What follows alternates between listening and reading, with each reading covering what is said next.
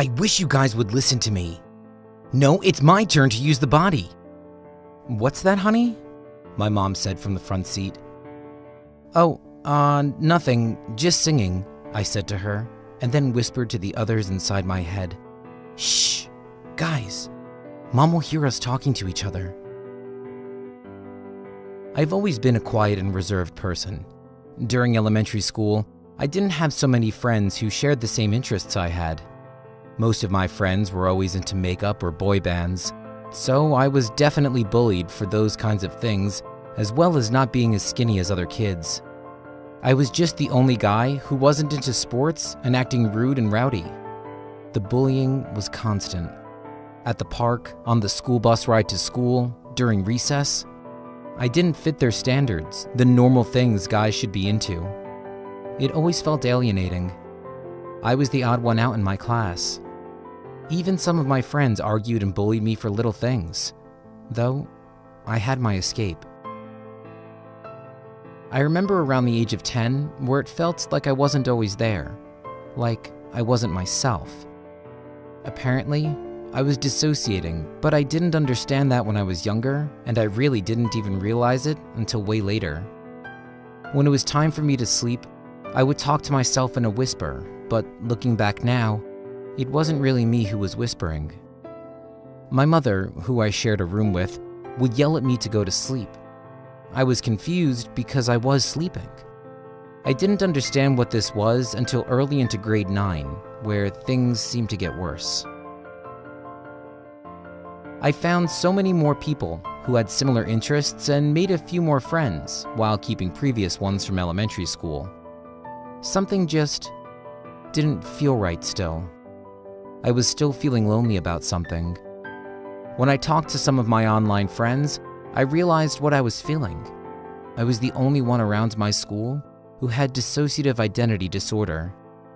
I was the only person in my friends group who had other, people inside me to take over and deal with things I didn't want to. My friends would never understand it, so I never really told them about it, and when I tried, they usually just nodded and brushed it off.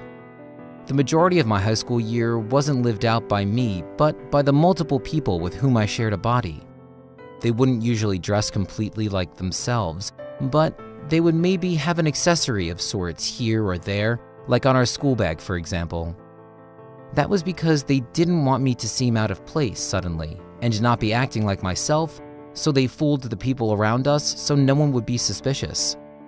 These identities took over all the time, usually to protect me, like they did when I was younger. However, they weren't as prominent as they are now. They were more active online, having the ability to be themselves more freely.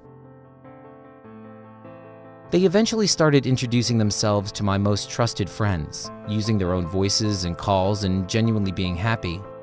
They shared laughs, they cried, they even had their own way of being them now. Though we all still had to fool my family. This was harder to explain to my parents than anything else, so I never tried to tell them.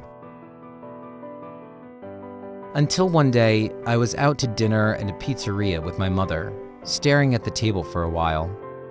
I finally got the courage to at least say I might have dissociative identity disorder, edging on the fact that my others were sitting there with me, in my own head. My mother just blinked, asking how many could possibly be here and what could have triggered it to even exist in me, and then responded with, "Are you sure? It could just be schizophrenia."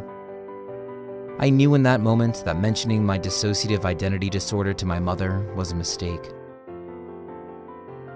I was diagnosed with depression earlier on in my high school year, so sometimes I'd have depressive attacks that would lead me to having arguments with my mother. And it was just one of those days.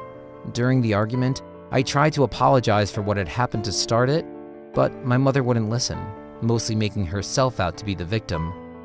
I was going into a full-on panic, standing in the doorway of the kitchen, until someone else took over. In our head, I started to hyperventilate, hearing them curse and growl at my mother, which was very unlike me, but, it wasn't me. All they wanted to do was protect me, but in my eyes, it felt like they were just making it worse. So I pulled our body into my bedroom and cried. Cried into my pillow for so long, whispering to them, "You are making it worse." I know my protectors were fuming because my feelings had never been considered during this argument. But it just felt like maybe to my mother, it looked like bipolar. I was scared.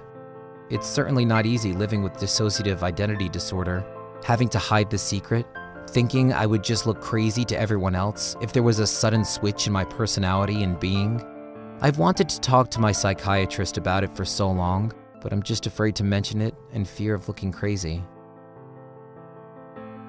Hopefully, one day, I'll have the courage to finally say, I have dissociative identity disorder, and I need to talk to someone about it. But that day just isn't today. If anyone else is suffering in the same way, maybe try and find someone who you trust completely and tell them about it. It's what's been working for me so far. I hope to one day be able to get up the courage to actually talk to a professional, but I'm just too afraid.